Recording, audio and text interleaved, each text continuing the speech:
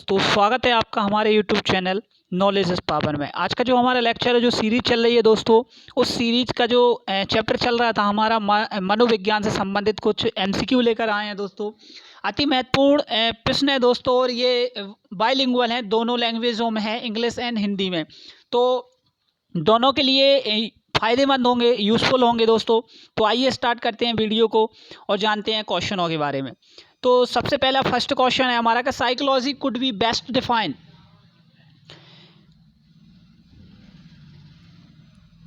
Sorry, यहाँ से start है। Educational psychology is a systematic study of educational growth. This definition of education psychology is given by.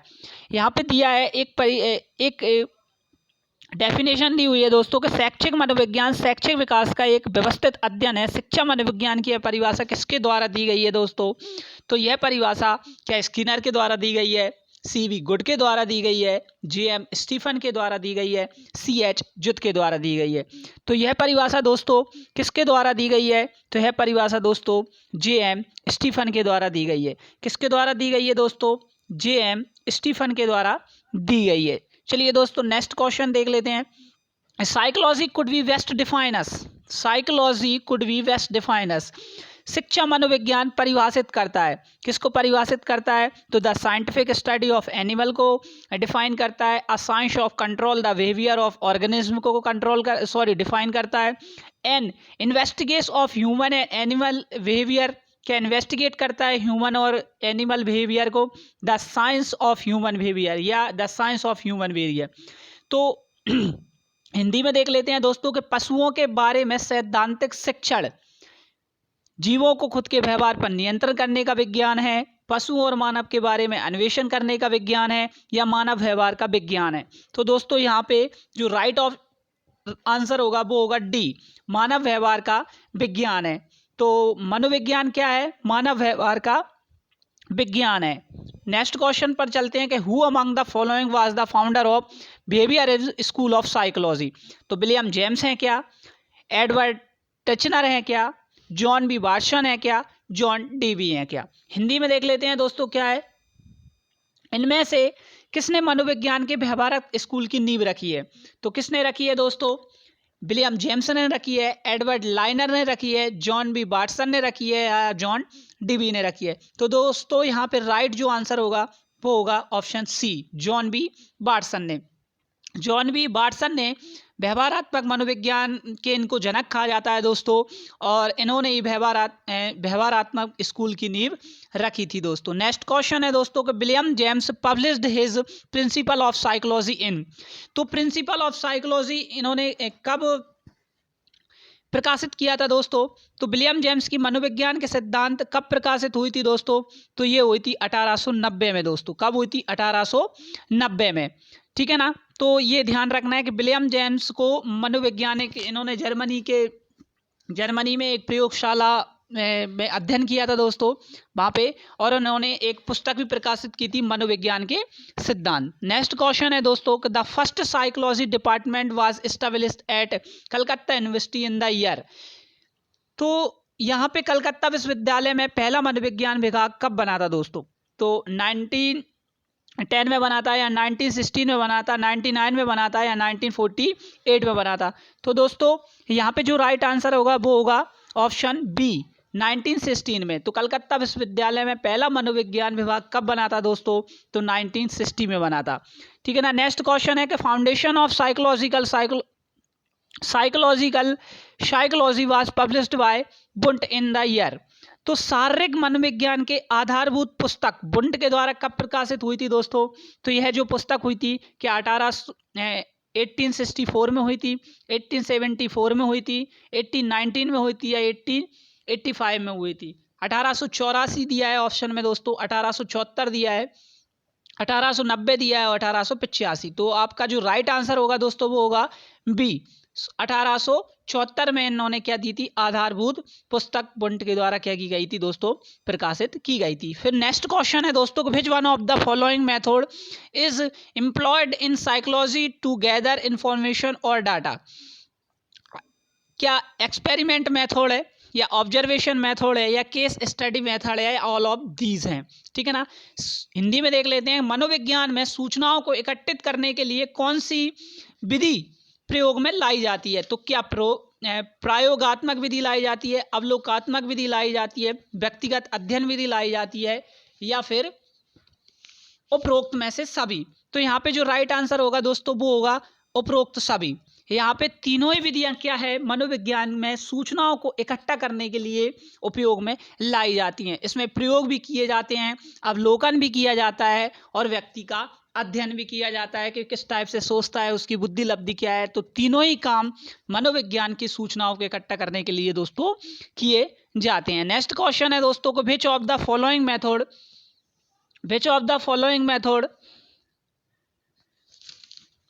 Which of the following method is considered as the most scientific and objective method of studying behavior? तो क्या observation method है दोस्तों, experimental method है, survey method है, या case study method है? निम्न में से कौन सी विधि व्यवहार शिक्षण के लिए सैद्धांतिक तथा वस्तुनिष्ठ है?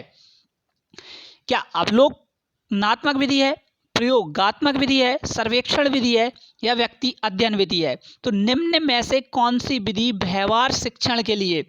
तो दोस्तों व्यवहार शिक्षण के लिए जो विधि है वो होती है अवलोकनात्मक विधि। अवलोकनात्मक विधि यह व्यवहार शिक्षण के लिए सैद्धांतिक तथा वस्तुनिष्ठ विधि होती है दोस्तों।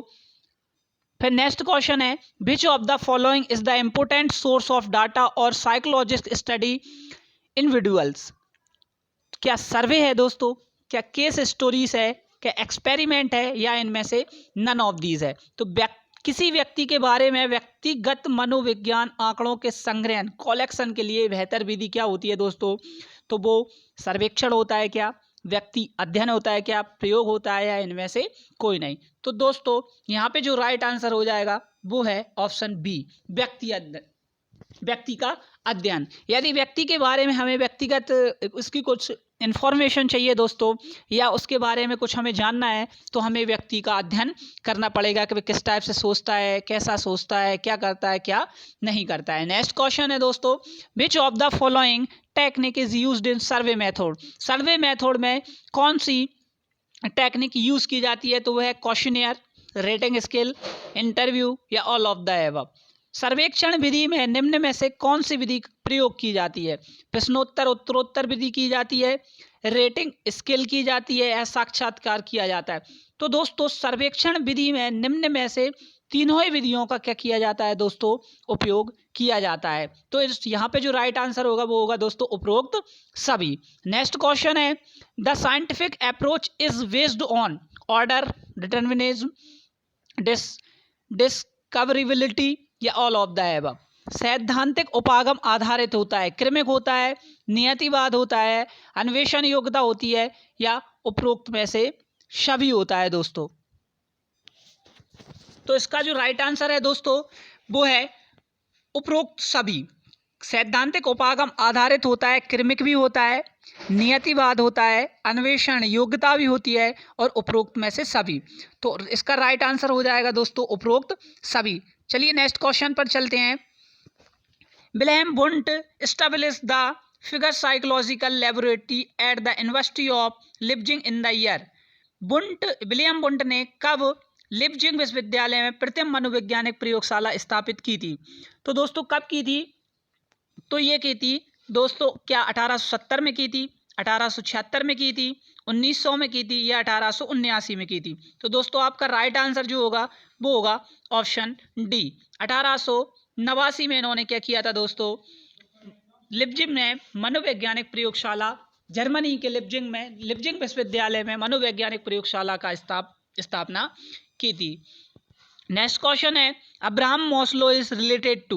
अब्राहम मॉस्लो किससे रिलेटेड हैं, संबंधित हैं? कॉग्निटिव अप्रोच से हैं क्या, ह्यूमनिस्टिक अप्रोच से हैं क्या, बिहेवियरिज्म अप्रोच से हैं क्या, या none of these? Abraham Maslow से संबंधित हैं संज्ञानात्मक उपागम, मानवतावाद उपागम, व्यवहारवाद उपागम, या इनमें से कोई नहीं?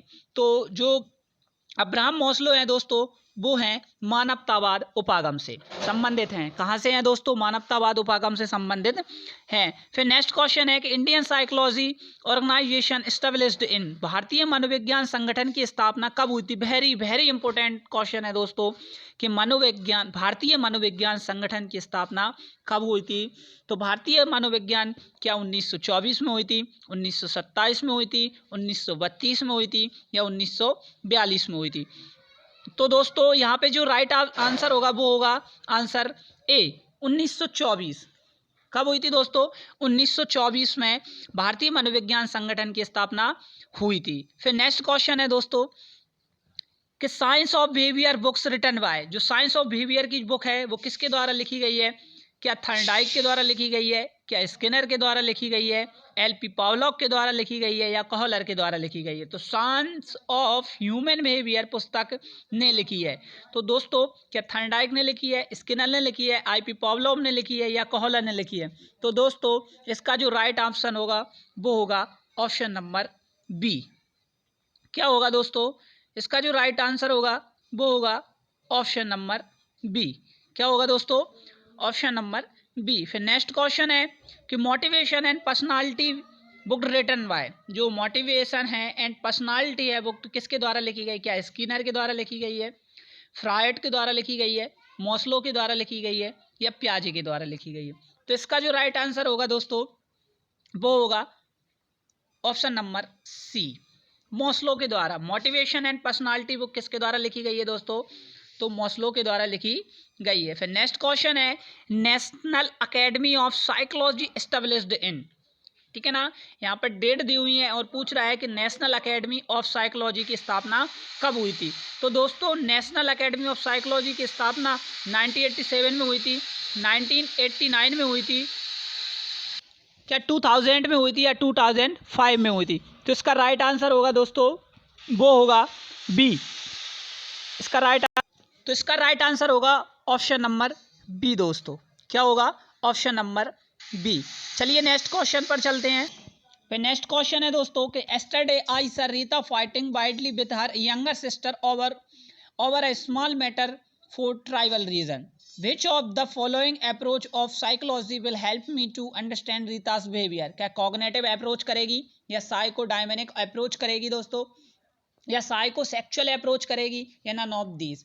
कल मैंने देखा कि रीता अपनी छोटी बहन से मामूली बात के ऊपर हिंसक रूप से लड़ रही है। निम्न में से कौन सा उपागम रीता के व्यवहार को समझने में मेरी मदद करेगा दोस्तों? तो कौन सा करेगा? क्या संज्ञानात्मक उपागम करेगा या मनोगतिक उपागम करेगा या मनोलैंगिक उपागम करेगा या इनमें से कोई नहीं? तो इसका जो राइट आंसर होगा दोस्तों वो होगा मनोगतिक उपागम, मतलब कि psycho dynamic approach. Psychodynamic approach इसमें क्या करेगी दोस्तों? ये इसमें मेरी मदद करेगी। इसके माध्यम से मैं क्या देख सकता हूँ? मनोगतिक उपागम के माध्यम से मैं उसके बिहेवियर को डिफाइन कर सकता हूँ। फिर नेक्स्ट क्वेश्चन है कि when the same group of individual is studies over a period of time the study method is known as longitudinal method होती है, सिक्वेंटियल मेथड होती है, क्रॉस सेक्शनल मेथड होती है या रिकॉपिटिलेशन मेथड होती है। जब एक समान व्यक्तिगत समूह का एक समय अवधि में अध्ययन किया जाता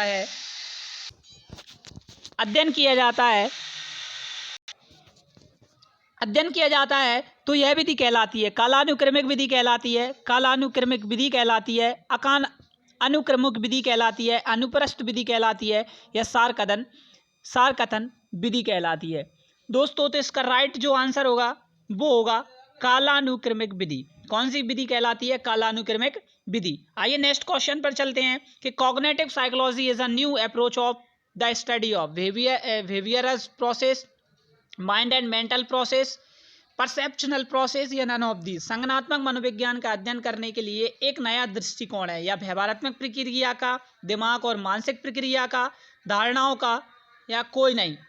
तो इसका जो राइट आंसर होगा वो होगा ऑप्शन नंबर बी दोस्तों। क्या होगा? ऑप्शन नंबर बी होगा दोस्तों। तो आज की वीडियो को दोस्तों हम यहीं पॉज करते हैं दोस्तों। नेक्स्ट आगे के क्वेश्चन हम नेक्स्ट पार्ट में लेकर आएंगे। इससे पहले कि आपने हमारे जो चैनल है वो सब्सक्राइब नहीं किया है तो सब्सक्राइब कर लीजिए, बेल आइकन को प्रेस कर लीजिए जिससे कि नई वीडियो की नोटिफिकेशन आपको प्राप्त होती रहे। थैंक यू, धन्यवाद। मिलेंगे नेक्स्ट लेक्चर।